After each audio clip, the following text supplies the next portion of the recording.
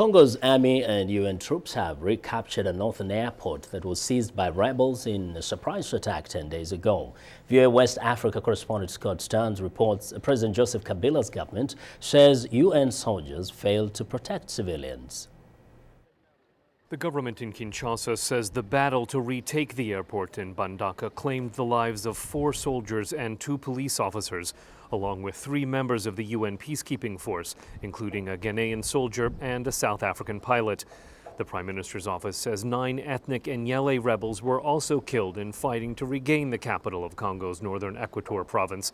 Violence that began as a dispute over local fishing rights escalated into a series of ambushes on government troops and ultimately this strike on Mbandaka. While members of the UN's MONUC peacekeeping force joined in the counterattack, the government says they failed to protect civilians during the initial fighting. MONUC did not do anything. A MONUC soldier was standing guard here, but he didn't do anything. He only looked through his binoculars, and the Nyele made their way to the provincial assembly and then to the airport. With nearly 22,000 troops, this is the UN's biggest peacekeeping mission, and it's scheduled to start withdrawing by June, when Congo celebrates 50 years of independence from Belgian colonialism. UN troops in the more volatile eastern Kivu regions are not expected to leave completely until next year. But the fighting around Mbandaka shows that insecurity continues in areas where the withdrawal of UN troops will come sooner. Leila Zarugi is the UN Secretary General's Deputy Special Representative for Congo. I'm not saying that the situation does not require the presence of the MONUC, but I don't think MONUC can deploy if the government refuses the presence of MONUC. Congolese Information Minister Lambert Mende says the government army will be ready to take complete control of the country's security by the time UN troops leave.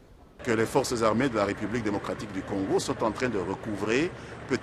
armed forces of the Democratic Republic of Congo are recovering little by little their ability to take their responsibility in defending the country.